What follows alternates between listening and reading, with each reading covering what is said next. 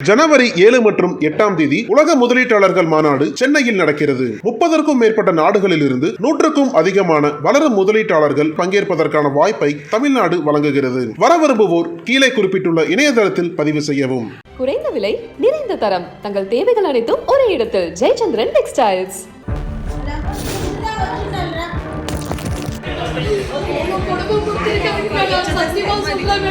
அவன் நல்லாவே இருக்க மாட்டான், நாசமா போயிடுவான். கடனுக்காக கடத்தப்பட்ட பெண், வீடியோவில் சிக்கிய குடும்பம், போலீசாரின் ஸ்பாட் இன்வெஸ்டிகேஷன். திருப்பத்தூரில் அதிர்ச்சி.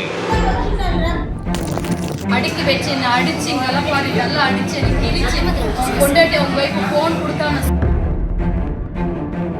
கிருஷ்ணகிரி மாவட்டம் காவேரிப்பட்டணம் பகுதியைச் சேர்ந்தவர் மார்த்தாண்டம். 30 வயதான இவர் தான் வசிக்கும் சுற்றுவட்டார பகுதிகளில் சென்டரிங் வேலை செய்து வருகிறார். இவருக்கும் ஜோலார்பேட்டையைச் சேர்ந்த 26 வயதான புவனா என்ற பெண்ணுக்கும் இடையே கடந்த சில ஆண்டுகளுக்கு முன்பு திருமணம் நடந்துள்ளது. இந்த தம்பதிக்கு 3 குழந்தைகள் உள்ளனர்.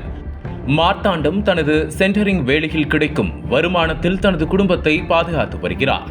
இதனிடையில் மார்த்தாண்டத்தின் தந்தை காக்கங்கரை பகுதியைச் சேர்ந்த சக்திவேல் என்பவரிடம் 2 லட்சம் ரூபாய் கடன் வாங்கியுள்ளார்.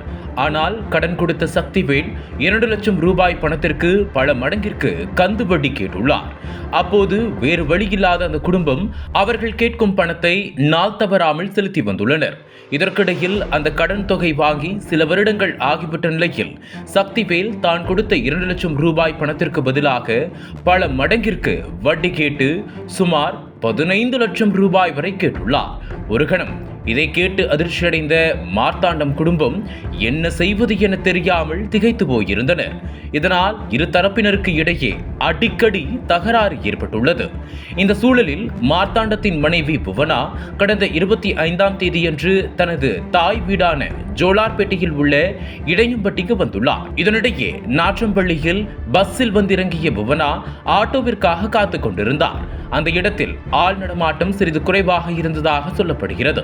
இதற்கிடையில் யாரும் எதிர்பார்க்காத சமயத்தில் திடீரென அங்கு வந்த சக்திவேல் புவனாவிடம் பேச்சு கொடுத்துள்ளார்.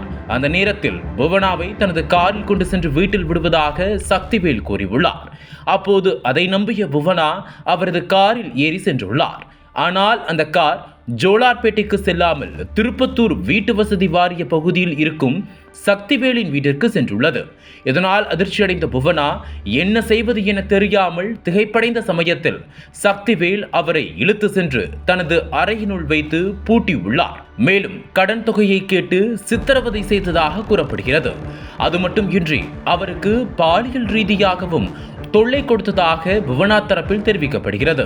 அதே நேரத்தில் அந்த பெண் காணாமல் போனதால் பதட்டமடைந்த அவரது உறவினர்கள் புவனாவை பல்வேறு இடங்களில் தேடி உள்ளனர். ஆனால் அவரை எங்கு தேடியும் கிடைக்கவில்லை என சொல்லப்படுகிறது. இத்தகைய சூழலில் புவனாவின் செல்போனில் இருந்து உறவினர்களுக்கு ஒரு மெசேஜ் வந்தது. அதில் காணாமல் போன புவனாவை சக்திவேல் கடத்தி வைத்துவிட்டு 3 நாட்களாக சித்திரவதை செய்வதாக குறிப்பிட்டிருந்தது. ஒரு கணம் இதை பார்த்து அதிர்ச்சியடைந்த உறவினர்கள் பாதிக்கப்பட்ட புவனாவை மீட்டு திருப்பத்தூர் அரசு மருத்துவமனையில் சிகிச்சைக்காக சேர்த்துள்ளனர். இந்த நிலையில் பாதிக்கப்பட்ட புவனா இது தொடர்பாக திருப்பத்தூர் கிராமிய காவல் நிலையத்தில் புகார் அளித்தனர். தன்னை கடத்தி சித்திரவதை செய்த சக்திவேல் மற்றும் கதிர்வேல் மீது நடவடிக்கை எடுக்க வேண்டும் என கண்ணீர் மல்க கூறியுள்ளார். அதன் பேரில் அந்த புகாரை எடுத்துக்கொண்ட போலீசார் இது தொடர்பான விசாரணையை மேற்கொண்டு வருகின்றனர். தற்போது கடன் பணத்திற்காக பெண்ணை கடத்தி பாலியல் தொல்லை கொடுத்த சம்பவம் அப்பகுதியில் பெரும் பரபரப்பை ஏற்படுத்தியுள்ளது.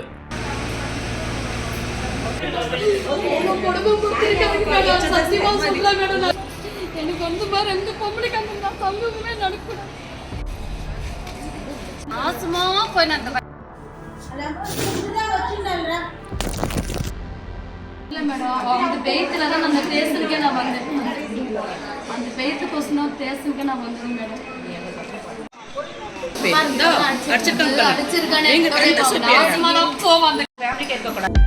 அனல் பறக்கும் செய்திகளை அப்டேட் செய்து கொள்ள நக்கீரன் களத்தை இப்பவே சப்ஸ்கிரைப் பண்ணுங்க.